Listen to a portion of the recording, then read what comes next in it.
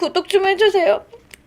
자, 그러면 우리나라의 전염병의 기록은 어떤 게 가장 옛날일까? 우리나라 전염병의 역사를 한번 기록적으로 한번 따져서 얘기를 해봅시다. 최초의 기록이 나온 것은 바로 삼국사기인데요. 가장 오래된 건 삼국사기. 삼국사기 백제 온조왕 때 이때 무슨 역병이 돌았다라고 해서 기원전 15년 봄과 여름이 가물어서 기근이 생기고 역병이 유행했다라고 하는데 이것은 아마도 천연두가 아닐까라고 보고 있어요. 왜냐면 천연두가 가장 우리나라에서 역사가 깊은 병이거든요. 천연두 아시죠? 몸에 막 이렇게 두드러기 나고 천연두를 마마라고 불렀었어요. 예전 사람들은 뭐 우리 옛날 비디오 보면은 옛날 어른들은 호환 마마 막 이런 식으로 잘 무서웠지만 현대 청소년들은 음란물 막 이러면서 거기 나오는 그 호환 마마, 그 호환 마마가 호환은 호랑이한테 잡아가는 거, 호랑이한테 물려서 죽는 게 호환이고 그 정도로 무서울 정도로 마마인데 이 마마란 용어는 마마 고종하시옵소서 마마 하는 중전 마마 막 대비 마마 그 마마가 이 마마가 맞아요.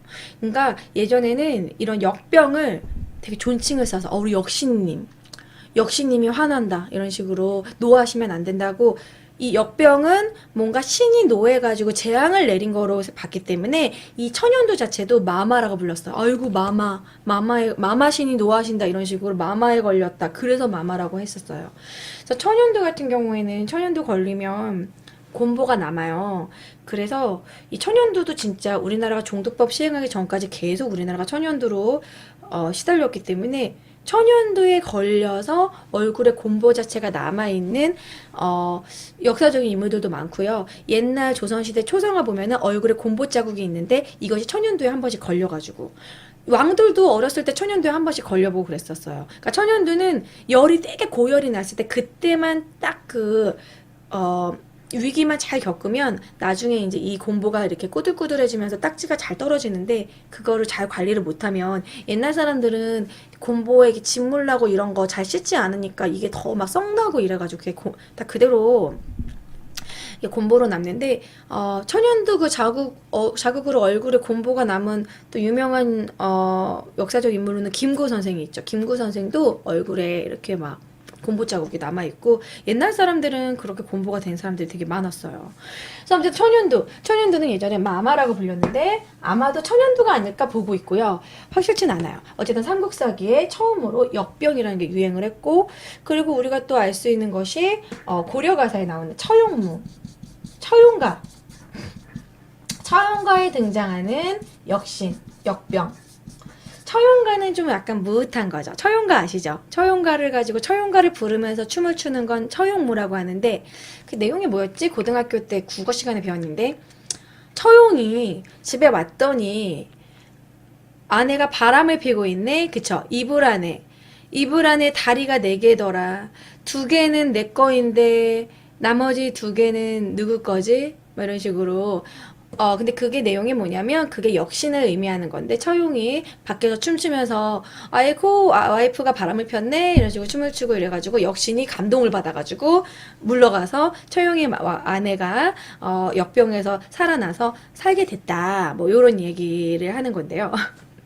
근데 그거 처용에 나오는 등장 역병도 이제 전염병의 역사로 볼 수 있고 그리고 나서 이제 고려 때 같은 경우에는 또 다양한 전염병이 또 유행하게 됩니다. 고려 때 다양한 전염병이 전래될 수밖에 없었던 것은 고려에는 외부 침략이 많잖아요. 고려 역사 자체가 되게 길잖아요.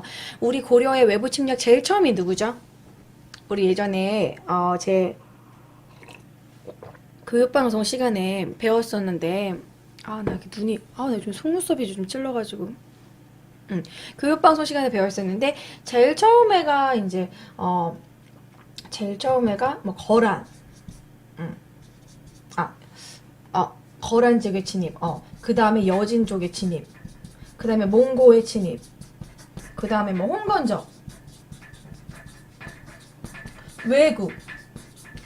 뭐 이런 식으로 고려에는 계속 다양한 민족들이 우리나라에 전쟁으로 들어왔어요. 얘네들이 우리가 가서 전쟁한 게 아니라 우리나라에 들어왔죠. 그럼 얘네들이 지네가 병 걸린 애들 분명히 있을 거 아니야. 뭐 예를 들어 장티푸스 막 뭐 이런 애들 걸린 애들 있을 거 아니에요. 막 천연두. 그럼 걔네들이 막 여기저기 또 와가지고 똥 싸. 그리고 막 여기저기 사람들하고 이렇게 접촉해. 얘네들이 이제 전염병을 계속 전래를 한 거죠. 그리고 특히 몽고 쪽에서 몽고와는 우리가 결국 우리가 항복을 했고 원 간섭기를 받았기 때문에 중국의 전염병이 이때 많이 전래가 됐다라고 보시면 돼요. 자, 그리고 그 이후에 이제 고려 다음에 이제 조선 때는 조선에는 자세히 조선왕조신락의 실록에 전염병에 대해서 많이 기록이 되어 있습니다. 보면은 조선왕조실록에 200여 건 이상 전염병이 돌았다라는 거. 얼마나 많은 전염병의 피해가 있었는지 200여 건. 그 왕들도 전염병에 걸리고 백성들도 맨날 흉년과 기근과 역병에 시달렸다라고 해요. 옛날에 조선시대는 많이 힘들었죠. 제가 그거를 스샷을 따르다가 너무 잔인해서 안 땄는데 조선시대에는 흉년과 역병과 기근 때문에 먹을 것도 없고 너무 힘들어서 실제로 인육을 먹는 일이 허다했다고 합니다. 그래가지고 길거리에 시체가 있으면 시체가 뼈밖에 안 남아있다고 다 그렇게 인육을 먹을 정도로. 그거는 중국도 마찬가지예요. 중국 같은 경우도 기근과 흉년 때문에 인육을 먹는 일이 진짜 있었어요. 그런데 그거는 좀 우리나라랑 중국이랑 좀 사고자 좀 뭐라 그럴까 좀 다른 게, 우리나라는 배고픔에 어쩔 수 없이 먹는 경우가 있었지만 중국은 좀 즐겨 먹은 게 좀 있어요. 왜냐면 중국은 실제로 걔네들은 워낙 음식이 다양해요. 중국은 뭐 심지어 모기 눈알도 먹고, 중국에는 이런 얘기가 있거든요. 내 다리가 달리면 책상 말고는 다 먹는다, 이런 얘기가 있을 정도로 이것저것 다 요리를 하는. 중국은 인육을 즐겨 먹었다는 걸 알 수 있는 역사적인 자료가 육젓이 있었어요. 사람의 몸을 가지고 젓갈을 만들었는데 그 육젓을 즐겼던 사람이 또 우리 유명한 공자가 육젓을 그렇게 즐겨 먹었다고. 인육 중에서도 공자는 젓갈을 즐겨 먹었었는데 언제부터 인육을 안 먹게 됐냐면 자기 그 아끼는 제자가 죽임을 당해서 제자가 이제 그러니까 중국 같은 경우에는 왕이 벌한다던가 이렇게 벌을 주면은 그걸 가지고 음식을 만들어 버리는 그런 형벌도 있었대요. 그래서 자기 제자가 육젓이 되는 걸 보고 그 뒤로는 먹지 않았다고 합니다. 그러기도 하고 뭐 중국에는 이런, 아직도 중국에서 우리나라에 인육 캡슐 들어오는 거 아시죠? 소름 끼쳐. 중국에서 들어오는 그 인육 캡슐은 태아를 가지고 캡슐을 만드는데, 그게 우리나라에 들어온다는 거는 우리나라에 그걸 찾는 사람이 있다라는 거 아니야. 그 인육 캡슐이 그 정력에 좋다고 그래가지고 찾는 사람이 있다면서. 아니, 남자들은 왜 정력에 좋다고 그러면 이것저것 다 먹어? 막 별걸 다 먹어. 그래서 인육 캡슐 그 보면은 그것도 있고, 중국에 여행 가면은 꼭 먹으려고 하는 또 그 정력에 좋다는 아기로 만든 그런 탕도 있어요. 근데 그런 얘기 깊게 얘기하다 보니까 징그러운 거 많은데, 그리고 중국의 그런 아이 그 영아 시체가 많은 이유가, 중국은 1인 1전혀 낳기 하기 때문에, 그것 때문에 뭐지? 국가에서 이렇게 그걸 뭐라 그래? 산하 제한을 하잖아요. 그래서 가난한 사람들이 불법적인 낙태를 그렇게 많이 한대요. 그래가지고 이제 자기 그 낙태한 그 아기를 또 돈이 없기 때문에 판다고 합니다. 소름 끼쳐. 아무튼 그 얘기 왜 하게 됐지? 인육 얘기를? 이렇게 흉년, 기근, 역병. 제가 원래 수업하다가 삼천포로 잘 빠져요. 뭐 오늘은 여러분들 뭐 외우라고 공부하라고 한 건 아니니까, 이런 식으로 전염병의 역사는 깊다라는 거. 삼국사기부터, 삼국시대부터 있었다라는 거죠. 자, 그러면 조선시대의 주된 전염병은, 그럼 이런 200여 건이나 있었던 주된 전염병은 뭐가 있을까요? 지금 있는 병도 있고 지금 없어진 병도 있어요. 조선시대 주된 역병. 여자들도 인육이 피부에 좋다고 그러면 다 찾을 텐데, 아니 나는 피부에 좋다고 그래도 안 먹고 싶은데 안 먹을 것 같은데. 아니, 피부에 좋다고 해도 그건 좀 아니죠. 왠지 그거 먹으면 벌 받을 것 같지 않아요? 앞머리 왜 이러지? 잠깐만요. 자, 방송이니까 외모에도 신경 써가면서. 제가 지금 좌우반전을 하면은 얼굴이 되게 어색해요. 빨리 좌우반전 풀고 싶다. 자, 조선시대의 주된 전염병.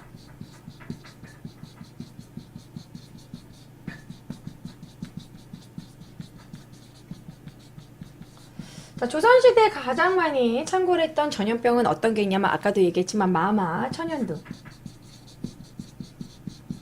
그리고 발진 티푸스, 그리고 장티푸스, 뭐 이질, 홍역 등. 뭐 이거 말고는 뭐 감기나 뭐 식중독 이런 것들이고 가장 걸리다가 죽기도 했던 그런 안 보이는구나 위에가. 죽음까지 사람의 목숨까지 앗아갔던 위험한 전염병 조선시대 주된 됐다. 전염병은 이런 걸 예를 들 수가 있죠. 천연두는 아까 거의 다 설명을 했어요. 원래 이때 설명을 하려고 했는데 천연두는 다른 말로 두창이라고도 하고 마마라고도 합니다. 그래서 두창이라고 했고요. 이렇게 얼굴에 되게 막 농포성 막 두두두두두두 이렇게 막 두드러기가 나요. 천연두는 언제 공식 박멸하게 됐냐면 뭐 지서경의 뭐 종두법 시행. 종두법, 그러니까 천연두가 이거잖아요. 우두를 맞는 거지. 천연두를 앓은 그 소의 그 천연두는 그 대신 한 번 걸리면 다시는 안 걸리잖아요. 그렇죠? 그래서 그 우두를 다시 사람 몸에다 항체를 만드는 거. 우리가 어린아이들이 병원 가가지고 맞는 뭐 천연 뭐 이건 이제 없어졌지만 뭐 각종 홍역이라던가 장티푸스 등등등 그런 백신을 맞아요. 아기들은 되게 면역력이 약하기 때문에 아기일 때 걸리면 죽는 그런 병들이 되게 많거든요. 그거를 이제 맞는 그런 원리가 그 균을 미리 조금 소량 넣음으로써 그 면역 체계를 만들어 가지고 다시는 안 걸리게 하는 거죠. 이것도 똑같이 천연두도 종도법도 그런 건데 천연두는 1977년에 전 세계적으로 완전히 박멸됐다고 천연두균이 박멸됐다고 발표를 했는데 이 천연두는 이 균 자체를 가지고 있을 것인가 아예 폐기될 것인가 되게 논란이 많대요. 이거를 갖고 있으면 나중에 이것 때문에 다시 오픈돼서 또 천연두가 돌까봐. 그것도 그렇고 세균전에 천연두를 사용하려고 하는 나라들도 있다고 그래서 북한이 천연두를 이런 생화학 무기로 쓴다는 그런 얘기가 있긴 한데 지금 천연두균을 가지고 있는 나라가 미국하고 중국하고 북한이거든요. 그러니까 이것을 가지고 있는 게 그런 걸 연구용으로 갖고 있는 것이 아니라 우리가 핵무기 다음으로 또 무서운 게 바로 세균전이잖아요. 그런 생화학 무기로 사용하려고 하지 않나. 뭐 그런 얘기가 뭐야. 채팅창에서 부배님 여친은 뭐야. 이상형이라고 밝혔다고 여친이야? 자, 어쨌든 그런 천연두는 이 정도 설명하면 될 것 같고 발진 티푸스는요. 발진과 수포를 동반한 뭐 이것도 똑같이 급성 설사 이런 것들이에요. 뭐 설사하고 뭐 그런 거. 그리고 장티푸스 같은 경우에는 여러분 들어보셨죠? 장티푸스도 주로 분변이나 뭐 그런 걸 가지고 이제 하는데 이것도 역시 급성 설사 비슷해요. 근데 장티푸스는 제가 관련된 재미있는 걸 보여드릴게요. 천연두와 관련된 그림이에요. 제가 사진을 준비하려다 사진이 너무 징그러워서 천연두 이거는 아스테크 잉카 문명과 관련된 역사적인 그림인데 천연두 같은 경우에는 아스테크 잉카 문명을 멸망시킬 정도로 그때 이 천연두가 확 돌았대요. 그래서 이때 많은 사람들이 천연두로 죽었다는 거 시체들 이렇게 얼굴에 막 난 거 보면은 천연두를 알 수 있겠죠. 그리고 장티푸스는 장티푸스 메리라고 되게 소름 끼치는 여자가 있어요. 장티푸스는 원래 유럽 쪽에서 유행을 하다가 미국에 전달시킨 여자가 이 여자래요. 이 여자는 원래 아일랜드 출신 여자인데 이 여자의 쓸개에 장티푸스균이 증식하고 있었대요. 그래서 쓸개를 없애는 수술을 하면 되는데 이 여자가 거부했대. 자기는 장티푸스 보균자가 아니라고 인정을 하지 않았대요. 그리고 이 여자가 심지어 요리사야. 장티푸스균을 가지고 있는 보균자인데 요리사기 때문에 이 여자 때문에 처음에 47명이 장티푸스가 갑자기 돌게 되고 3명이 사망했어. 그래서 이 여자를 잡아가지고 감옥에 있었는데 뭐 인권 문제도 있고 뭐 아무튼 뭐 말이 많아서 이 메리 말론이 풀려났어요. 그 대신 풀어주는 대신 요리사를 하지 말아라. 너가 요리를 하면은 사람들이 먹고서 막 죽고 전염병에 걸리니까. 이 여자가 결국에는 이름을 바꾸고 이 메리가 브라운인가 하는데 이름을 바꾸고 다시 또 요리를 한 거야. 그래서 또 25명이 걸렸대. 그래서 결국에는 이 여자가 이제 감옥에 갇혔어요. 근데 그럼 차라리 쓸개 그 수술을 없애는 수술을 하지. 그러니까 옛날 사람들은 자기 몸에 막 수술을 하는 것 자체 되게 싫어했죠. 그리고 또 그런 쓸개 그런 걸 없애는 수술을 받다가 죽을 수도 있고. 옛날엔 수술 과정이 지금하고 틀리게 마취 이런 게 잘 안 되니까. 자, 어쨌든 그래서 이 여자가 병으로 자기는 얘는 결국 폐렴으로 죽었어. 그러니까 이 여자는 장티푸스균에 되게 강한 면역을 갖고 있는 사람이야. 그래서 이 여자는 결국 폐렴으로 죽었고 끝까지 자기가 장티푸스 보균자라는 거를 인정하지 않았다고. 그래서 되게 소름 끼치는 얘기. 이런 장티푸스 메리라고 치면은 검색하면은 되게 많은 글들이 나오고 서프라이즈에서 제가 너무 재밌게 봤어요. 그래가지고 저 실어봤고요. 아무튼 장티푸스는 그렇고, 그리고 이질. 이질은 요즘에도 유행하는 건데요. 요즘에는 세균성 이질이라고. 이질은 장염하고 증상이 좀 비슷해요. 이것도 설사예요. 그러니까 결국 웬만한 전염병들은 몸에 들어오면 안 되는 바이러스 균이 왔기 때문에 거의 설사를 많이 이야기하는데, 세균성 이질은 최근에 제가 뉴스에서 따왔는데요. 급식하는 아이들한테 세균성 이질 많이 나와요. 그래서 이런 중국산 김치라던가 좀 위생 상태가 안 좋은 급식 상태, 뭐 군대에서라던가 그러면은 손을 안 씻고 음식을 한다던가 상한 음식을 사용한다던가 막 아무튼 그렇게 식중독에 걸리거나 세균성 이질이 걸리기도 해요. 그래서 이질 같은 거는 많이 들어보셨을 것 같고, 홍역도 들어보셨을 텐데, 여러분 어렸을 때 혹시 홍역 알았던 분 없으세요? 홍역은 엄청난 고열을 수반하고 그 고열이 오는 상황에서 예전에는 홍역이 되게 흔한 병이었기 때문에 홍역을 걸려가지고 바보가 된 사람들이 많았어요. 홍역이 엄청나게 열이 막 42도 그 이상 오르게 되면은 고열이 계속 지속되면 뇌가 녹는데요. 그래가지고 바보가 돼버리는 거지. 그래서 홍역이 무서운 병인데 어렸을 때 다 홍역에 대한 그런 주사를 맞죠. 홍역 예방 주사. 저도 어렸을 때 홍역이 온역이라고 하죠. 홍역 온역. 머리에 열이 나는 온역이라고, 중국에서는 온역이라고도 합니다. 그래서 저도 어렸을 때 홍역을 알아본 적이 있다고 하던데.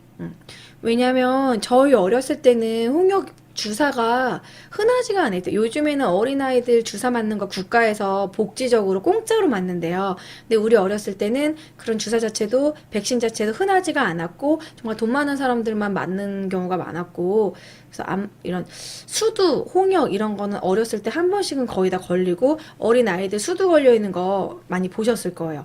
요즘에도 수두 비슷한 거 있던데, 제 친구 아기가 몸에 낫길래 야, 이거 수두야 그랬더니 수족구라고, 이런 수족구라는 전염병도 요즘에 어린이집에서 많이 돌아요. 이런 전염병은 아직도 많이 남아있죠. 그래서 홍역 같은 거 이런 게 대표적으로 조선시대에 주된 전염병이었다는 거. 이 중에서 제가 아까 방송 제목에 전염병이라고 썼더니 연병이 여기이기 때문에 필터링이 걸렸어요.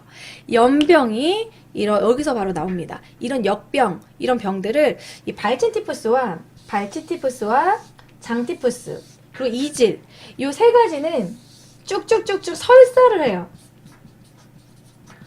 거지같이 더러운 병이다, 이런 연병 이래가지고 얘네들의 연병이라고 지칭했어요. 그래서 이것이 욕도 됐죠. 이런 연병할 놈, 연병에 걸릴 놈에서 저주의 욕이잖아요. 그래서 연병할 놈, 그래가지고 연병이 욕이 된 거예요. 연병, 옌병, 좀 찰지게 이런 옌병 해가지고 그런 것이 이제 연병이 이거라는 거. 발진티푸스, 장티푸스, 이질에 걸릴 놈. 죽어라 이거죠, 결국. 외국에도 욕들 보면은 거의 이런 저주 많은데, 병 걸려 죽어라, 뭐 이런. 어쨌든 연병, 갓데미 이런 거잖아. 지옥이나 떨어져, 뭐 이런 거. 그런 거랑 비슷한 스타일의 욕인 거죠. 자, 어쨌든 이런 전염병이 계속 걸릴 수밖에 없었던 것은 조선시대에 너무 더러웠던 그런 위생 상태, 그런 것 때문이었죠. 지울게요.